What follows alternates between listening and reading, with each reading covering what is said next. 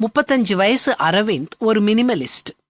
Minimalism அப்படின்னா குறைஞ்சபட்ச பொருட்களை வச்சு நிம்மதியா வாழ்றது.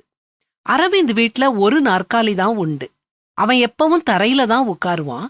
அவன் வீட்டுக்கு யாராவது வயசானவங்க வந்தா உட்கார்றதுக்கு ஒரு நாற்காலி வச்சிருக்கிறான். அன்னன்னைக்கு அவன் எவ்வளவு உணவு சாப்பிடுவானோ அவ்வளவுதான் வாங்கி சமைப்பான். அவன்கிட்ட ஃப்ரிட்ஜ் கிடையாது.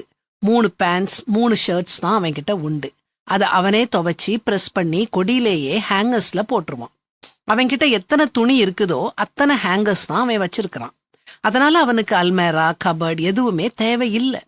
வெளியே போக வர போக்குவரத்துக்கு எந்த வண்டியும் கிடையாது. அவனோட வீடு சின்ன வீடா இருந்தாலும் சுத்தமா இருக்கும். பொருட்கள் அங்கேயும் இங்கேயும் இறஞ்சு கிடக்காது. ஏன்னா அவன்கிட்ட தான் பொருட்களே இல்லையே. இப்படி என்னைய மாதிரி எல்லாரும் மினிமலிஸ்ட் வாழ்க்கை முறைய வாழ்ந்தா பணமும் செலவாகாது, நேரமும் மிச்சப்படும்னு அரவிந்த் சொல்றான். அரவிந்த் மாதிரி நாம ஒரே அடியா குறைஞ்சபட்ச வாழ்க்கை வாழாட்டினாலும் நிறைய பொருட்களை வாங்கி சேர்க்கறதையும் உடைகளுக்கு அதிக பணம் செலவழிக்கிறதையும் தவிர்க்கலாமே. கொஞ்சத்தை வச்சு நாம நிறைய சாதிக்கணும். கொஞ்சமா பேசி அதிகமா உழைக்கணும்.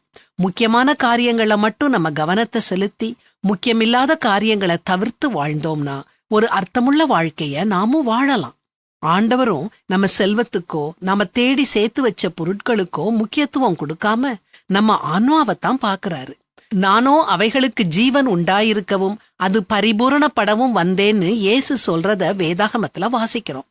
பரிபூரணமான வாழ்க்கைனா நம்முடைய நேரத்தையும் சக்தியையும் திறமையையும் ஆண்டவர் பிரியப்படும் வழியில செலவழிச்சு நம்மை ஆண்டவர்கிட்ட இருந்து விலக்கும் எல்லா விஷயங்களையும் ஒதுக்கி தள்ளுறதுதான்.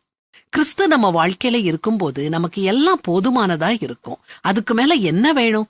என்ன நான் சொல்றது சரிதானே?